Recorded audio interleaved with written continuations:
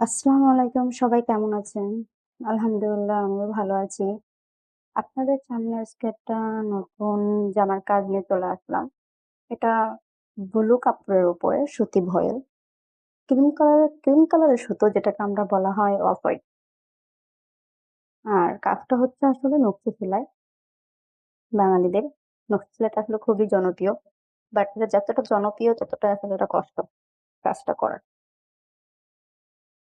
সেক্ষেত্রে দেখা যাচ্ছে যে কাজটা আসলে কিভাবে করে? অনেক কাস্টমারের দাবি থাকে যে আসলে হাতের কাজের জামার এত প্রাইস কিভাবে হয়? আসলে কাপড়, সুতার কোয়ালিটি, সেলাই এভরিথিং সবকিছু মিলায়ে হাতের কাজের যেগুলো আমরা কাজ করি এগুলো দেখা যাচ্ছে একটু কস্টিং বেশি পড়েই যায়।